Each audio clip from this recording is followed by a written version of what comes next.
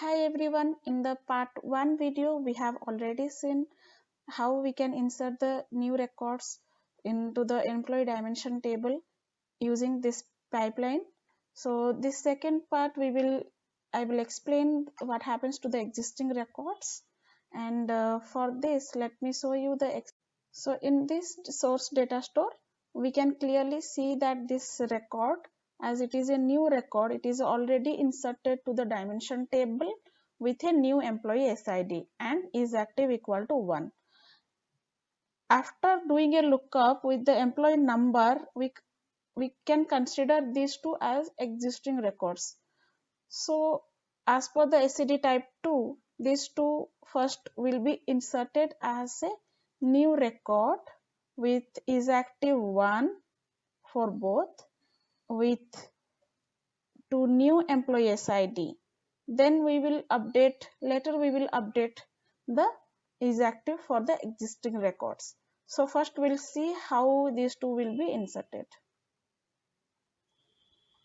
In this data flow pipeline, data flow activity, here we after this conditional split, we are getting this existing data set, and this existing data set I am keeping 2 copies of the existing data set. Like we have multicast in our SSIS, similarly we have the new branch in data factory, which will just copy the data set into multiple sets. But these two contains similar kind of data. In the first set, we will insert the data as a new record into our employee dimension. This is here we are taking a derived column. There the default value I am taking as 1 and giving it to a name. In the sync database, in the sync data set, I am inserting the data coming from the CSV file. Allow insert, and in the mapping, similarly as we are doing above, the column mappings are happening. That is the new record. It will be inserted as a new record to the employee dimension. Then in this second copy, we will use this second copy to update the existing records as inactive. That is, the value will be updated as 0. After this data set, I am taking a derived column. In this derived column, I am taking the default value for is active as 0.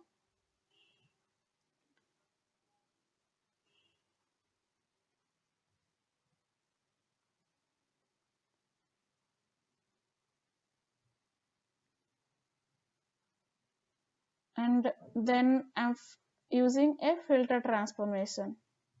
In the filter transformation, like here, let me tell you one concept. Here, while updating the value to 0, the is active value to 0, it will check these records, these existing records. As these two records are already inserted, or the insert for these two records and update for these two records are happening parallelly, so this update, it can mess this data also. So we don't want to disturb these records. That's why we are using this employee SID as a key column, and we are using the max key which we have created in the beginning of the pipeline, the third data set max key. The value of the max key, that time we have taken the maximum value of the employee SID from the employee dimension. That time these records were not inserted, so the max key value was 2. So here in the filter condition, I'm keeping the employee SID from dimension table is less than equal to max key. So while doing the update, it will take these two records only. This is the filter condition. Then alter transformation is used. Update if the same condition where the employee SID from the employee dimension table is less than equal to max key. Then the sync transformation is used. It is the same data set, employee dimension. In the settings, we are taking the allow update, and whenever we are performing any delete, upsert or update activities in any kind of data set in the sync transformation, we used to perform using a key column.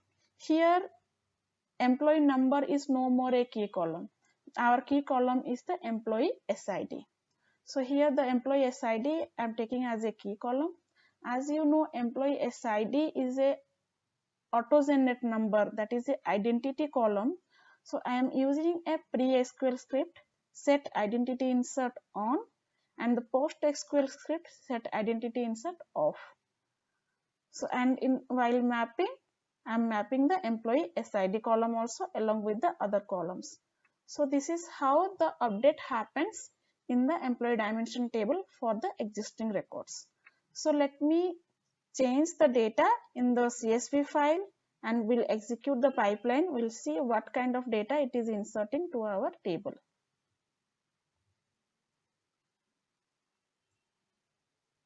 Let me change the date.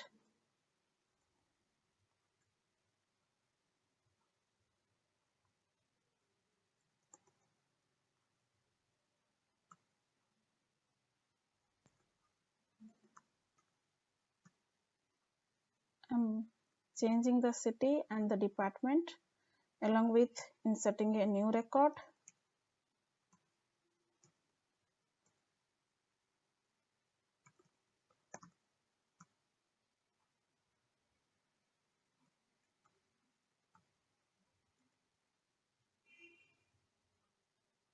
Okay, this should be fine. Let's save it.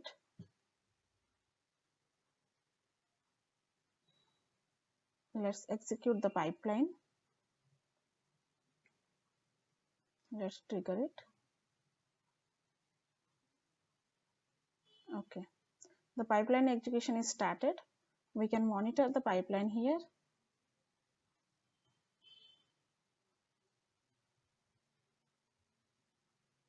It will take some time to be executed. Let's wait for that.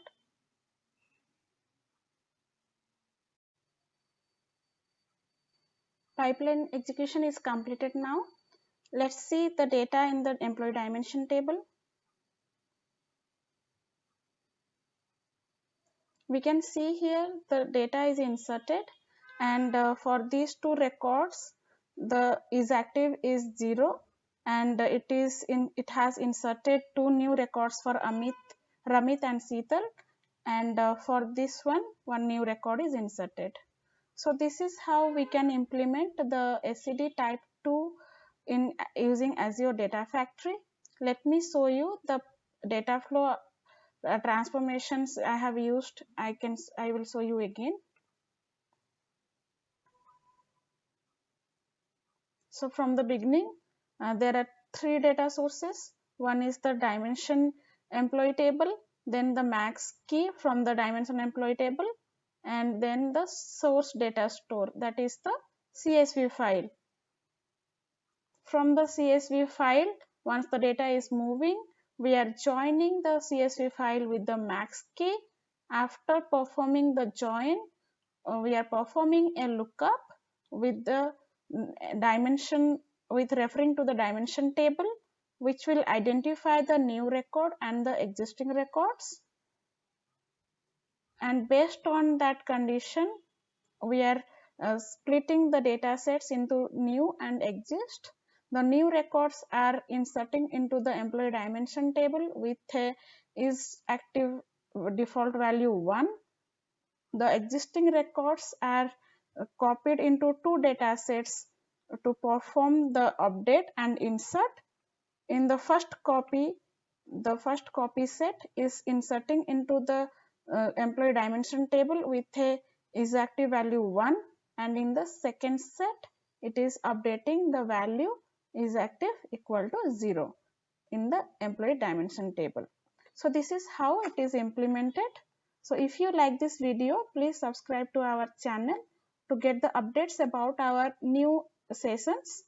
So you can try this out, this hands-on experience. So you can try this. If you are facing any kind of issues, you can paste the issues in the comment box. Thank you.